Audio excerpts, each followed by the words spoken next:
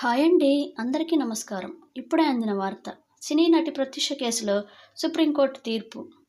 ఇక దీనికి సంబంధించిన వివరాలు మన వీడియోలో తెలుసుకుందాం. వీడియోకి లైక్ చేయండి, సబ్స్క్రైబ్ చేసుకోండి.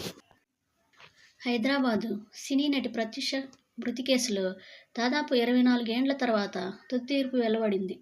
ఈ కేసులో నిందితుడిగా ఉన్న సిద్ధార్థ రెడ్డి 4 వారాల్లో పోలీసుల ముందు లొంగిపోవాలని సుప్రీంకోర్టు ఆదేశించింది. ఈ కేసులో రాష్ట్ర హైకోర్టు, ఉమ్మడి ఏపీ హైకోర్టు విధించిన 2 ఏండ్ల జైలు శిక్షను సమర్థించింది. ఈ కేసులో హైకోర్టు విధించిన శిక్షను సవాల్ చేస్తూ 2012 జనవరిలో సిద్ధార్థ సుప్రీంకోర్టును ఆశ్రయించాడు.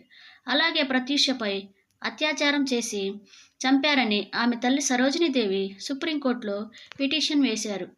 అప్పటి నుంచి 14 ఏండ్లుగా ఈ కేసులో 17 పర్యాయాలు సుప్రీంకోర్టు ధర్మాసనం వాదనలు విన్నది. చివరిగా గత ఏడాది నవంబర్ 19న ఇరువైపు సుదీర్ఘ వాదనల అనంతరం తీర్పును రిజర్వ్ చేసింది. మంగళవారం జస్టిస్ రాజేష్ బిందాల్, జస్టిస్ మన్మోహన్తో కూడిన ద్విసభ్య ధర్మాసనం తీర్పును వెలువడించింది. సిద్ధార్థ రెడ్డికి హైకోర్టు విధించిన 2 ఏండ్ల జైలు శిక్షను సమర్థిస్తున్నట్లు వెల్లడించింది. ప్రత్యూష మరణానికి సంబంధించి ఛార్జిషీట్లో పొందుపరిచిన మొత్తం 12 అంశాలను పరిగణలోకి తీసుకొని తుది తీర్పును వెలువరించింది. ప్రత్యూష మృతి కేసులో సుప్రీంకోర్టు ఆర్డర్ కాపీలో ఉన్న ఆ 12 కీలక అంశాలు ఇవే. ప్రత్యూష గొంతు నిలిమి హత్య చేశారనే వాదనకు ఆధారాలు లేవని తేల్చి చెప్పిన సుప్రీంకోర్టు, కోర్టుకు సబ్మిట్ చేసిన మెడికల్ రిపోర్టులు, సాక్షుల వాంగ్మూలాల ప్రకారం ఆమె విషం తీసుకుని చనిపోయినట్లు గుర్తింపు. నిందితుడు సిద్ధార్థ రెడ్డి నటి ప్రత్యూషపై లైంగిక దాడి చేసినట్లు ఆరోపణలు రుజువు కాలేదు. కేసు విచారణ చాలా కాలం జరిగిన తరువాత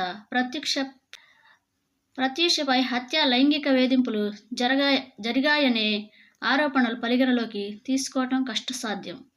ఈ కేసులో అత్యంత కీలకమైన పోస్టుమార్టం రిపోర్టుపై అభ్యంతరం చెప్పిన సుప్రీంకోర్టు, డాక్టర్ మునిస్వామి సమర్పించిన రిపోర్ట్ ఆన్ ప్రొఫెషనల్గా సుప్రీంకోర్టు వ్యాఖ్య.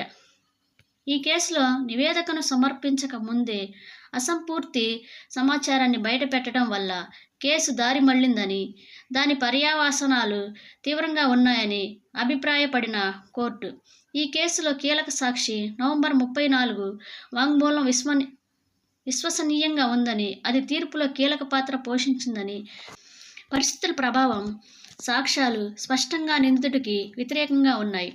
కూల్ డ్రింక్లో ఏదో కలిపామని, అది ప్రమాదవశాత్తు జరిగిందన్న డిఫెన్స్ వాదనను తిరస్కరించిన న్యాయస్థానం, ఆత్మహత్య చేసుకోవడానికి ఉపయోగించిన నవక్రాన్ అనే పురుగుల మందును సిద్ధార్థ కొనుగోలు చేశాడన్న విషయం రుజువైంది.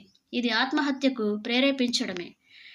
చెల్లూరు కేసులో ఇచ్చిన తీర్పును ఈ కేసులో అన్వయించుకోలేమని స్పష్టం చేసిన కోర్టు, ఇది అత్యంత కీలకమైన అంశం. 2 వ్యక్తులు పరస్పర అంగీకారంతో ఆత్మహత్య చేసుకోవాలని నిర్ణయించుకున్నప్పుడు అందులో ఒకరు చనిపోయి మరొకరు బతికితే చట్ట ప్రకారం బతికున్న వ్యక్తి ఆ మరణానికి బాధ్యుడవుతాడు.